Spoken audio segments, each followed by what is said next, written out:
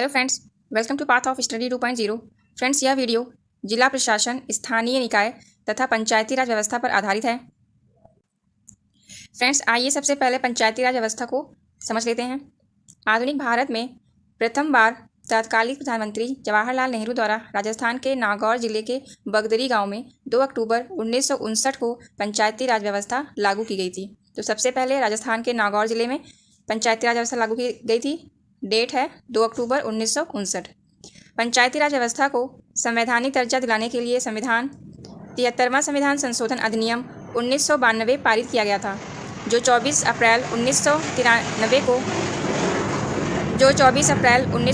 को लागू हुआ। इस संशोधन के अनुसार संविधान को भाग 9 जोड़ा गया और अनुच्छेद 243 से 243 अड़ा तक ग्राम पंचायतों से संबंधित प्रावधान किए गए थे। आइए अब सबसे पहले संवैधानिक प्रावधानों को समझ लेते हैं। भारतीय संविधान के नीति निर्देशक तत्व के अनुच्छेद 40 में राज्यों को पंचायतों के गठन का निर्देश दिया गया है। आर्टिकल नंबर 40 इंपॉर्टेंट है। इस आर्टिकल नंबर 40 में ही पंचायतों के गठन की बात की गई है। पंचायत एक राज्य सूची का विषय है। पंचायती राज को संवैधानिक स्थिति प्रदान करने की सिफारिश LM सिंघवी समिति ने की थी। नियमित चुनाव की सिफारिश सरकारिया आयोग के द्वारा की गई थी। त्रिस्तरीय पंचायत की सिफारिश बलवंत मेहता समिति के द्वारा की गई थी, जबकि 2 स्तरीय पंचायत की सिफारिश अशोक मेहता समिति के द्वारा की गई थी। ये पॉइंट इंपॉर्टेंट है, इन्हें याद रखिएगा। 73वें संविधान संशोधन 1992 द्वारा पंचायती राज अधिनियम लागू हुआ। इस संशोधन से पंचायती राज संस्था को संवैधानिक मान्यता दी गई। नगर पालिकाओं के संबंध में 74वें संविधान संशोधन 1993 भाग 9 में कुल 16 अनुच्छेद तथा 11वीं अनुसूची में कुल 29 विषय समाहित हैं। फ्रेंड्स, आइए अब सभी फैक्ट्स को क्वेश्चन आंसर फॉर्म में कवर कर लेते हैं। यहाँ पे पहला क्वेश्चन दिया गया है, पंचायती राज का मुख्य उद्देश्य है। तो इसका मुख्य उद्देश्य जनता को विकासमूलक प्रशासन में भागीदारी योग्य बनाना पंचायती राज का मुख्य उद्देश्य है। किसे भारत में स्थानीय स्वायत्त शासन का जनक माना जाता है? तो लॉर्ड रिपन को स्थानीय स्वायत्त शासन का जनक माना जाता है। नेक्स्ट क्वेश्चन है, पंचायती राज व्यवस्था में शासन प्रणाली की संरचना क्या है? पहला है ग्राम, फिर खंड और जिला स्तर पर स्थानीय स्वशासन की त्रिस्तरीय संरचना ही पंचायती राज व्यवस्था की शासन प्रणालियां हैं। नेक्स्ट क्वेश्चन दिया गया है, भारत के संविधान में पंचायतों तथा नगर पालिकाओं से संबंध 73वें और 74वें संवैधानिक संशोधन जब हुए थे, उस समय भारत के प्रधानमंत्री कौन थे? तो उस समय भारत के प्रधानमंत्री PV नरसिम्हा राव जी थे। नेक्स्ट क्वेश्चन, भारतीय संविधान के किस भाग में पंचायती राज से संबंधित प्रावधान किए गए हैं? तो भाग 9 में। संविधान के किस भाग में ग्राम पंचायतों की स्थापना की बात कही गई है? तो भाग 4 में ग्राम पंचायतों की स्थापना की बात कही गई है। भारतीय संविधान के अनुच्छेदों में से कौन सा अनुच्छेद राज्य सरकारों को ग्राम पंचायतों को गठित करने के निर्देश देता है? तो वह अनुच्छेद 40 है। संविधान के 11वीं अनुसूची में सम्मिलित है, तो वह पंचायतों का कार्यक्रम। पंचायती राज प्रणाली किस पर आधारित है? तो वह सत्ता के विकेंद्रीकरण पर आधारित है। पंचायती राज प्रदान करता है स्थानीय स्तर पर लोकतांत्रिक प्रशासन। पंचायती राज का प्रधान लक्ष्य है ग्रामवासियों में शक्ति का विकेंद्रीकरण करना। भारत में किसके अंतर्गत पंचायती राज प्रणाली की व्यवस्था की गई? तो भारत में नीति निर्देशक तत्वों के अंतर्गत। नेक्स्ट क्वेश्चन है, लोकतांत्रिक विकेंद्रीकरण की योजना प्रस्तुत करने वाली समिति है, वह समिति थी सादिक अली समिति। जिस समिति की सिफारिश पर भारत में पंचायती राज की स्थापना की गई, उसका अध्यक्ष कौन था? तो वह बलवंत राय मेहता जी थे। 1977 में पंचायती राज व्यवस्था की समीक्षा के लिए गठित समिति की अध्यक्षता किसने की थी? तो वह अशोक मेहता जी ने की थी।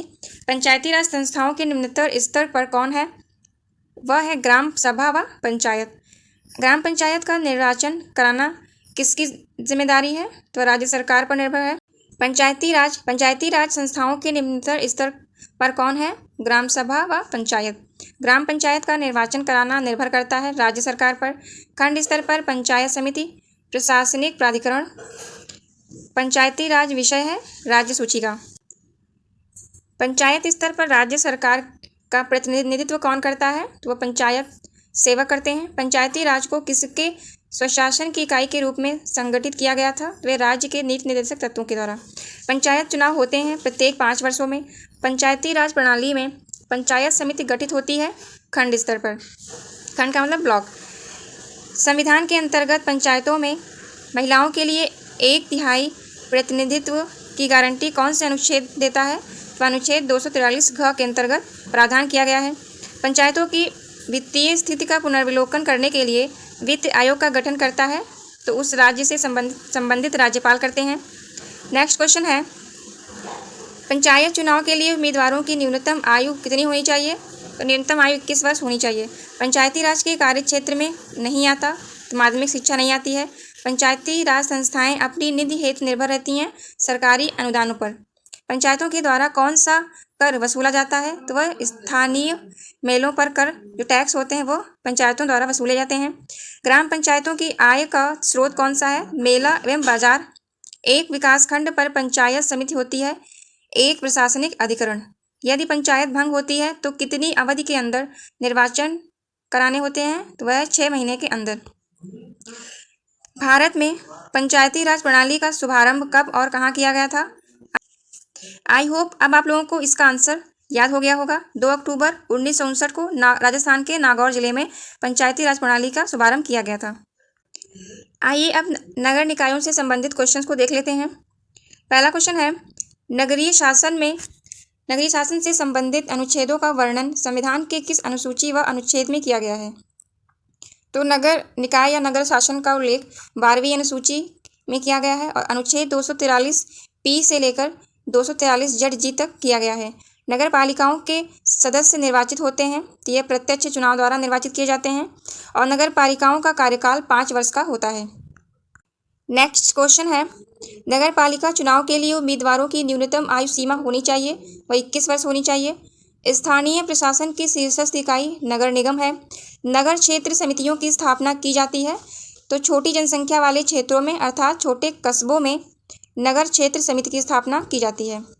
नगरों में स्थानीय प्रशासन की एक महत्वपूर्ण और प्रभावशाली संस्था नगर पालिका है।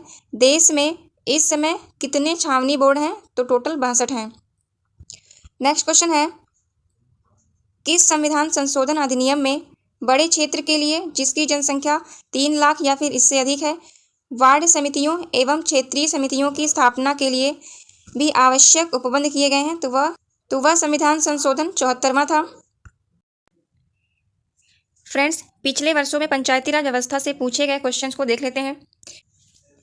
यहाँ पे पहला क्वेश्चन है, संविधान के किस भाग में पंचायती राज व्यवस्था का वर्णन किया गया है? तो भाग 9 है।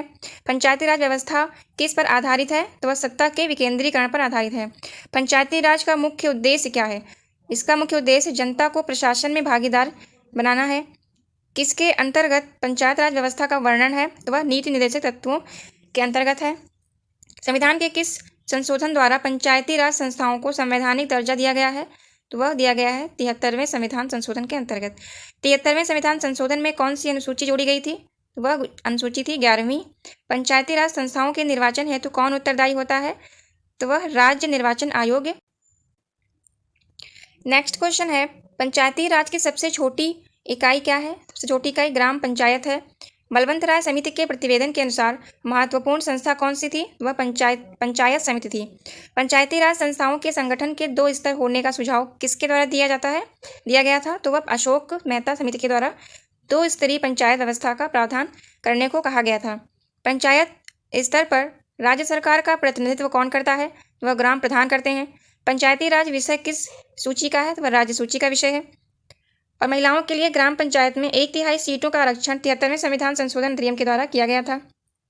पंचायती चुनाव के लिए उम्मीदवार की आयु कितनी होनी चाहिए? तो वह 21 वर्ष होनी चाहिए। पंचायती राज संस्थाएं अपनी निधि हेतु किस पर निर्भर होती हैं? तो वह सरकारी अनुदानों पर निर्भर होती हैं। एक विकास खंड पर पंचायत समिति कौन होती है? एक प्रशासनिक अभिकरण होती है। भारत में पहला नगर निगम कहाँ स्थापित हुआ था? तो पहला नगर निगम चेन्नई में स्थापित किया गया था। ग्राम पंचायतों की आय का स्रोत क्या है? मेला व बाजार है। किस राज्य में पंचायती राज प्रणाली नहीं है? तो वह अरुणाचल प्रदेश में पंचायती राज प्रणाली नहीं है। पंचायती राज प्रणाली में ग्राम पंचायत का गठन किस स्तर पर होता है? वह ग्राम स्तर पर होता है। पंचायती राज संस्था का कार्यकाल कितना होता है? वह 5 वर्ष होता है। 73वें संविधान संशोधन में पंचायती राज संस्थाओं के लिए किस प्रकार के चुनाव का प्रावधान किया गया? तो वह प्रत्यक्ष एवं गुप्त मतदान का प्रावधान किया गया था।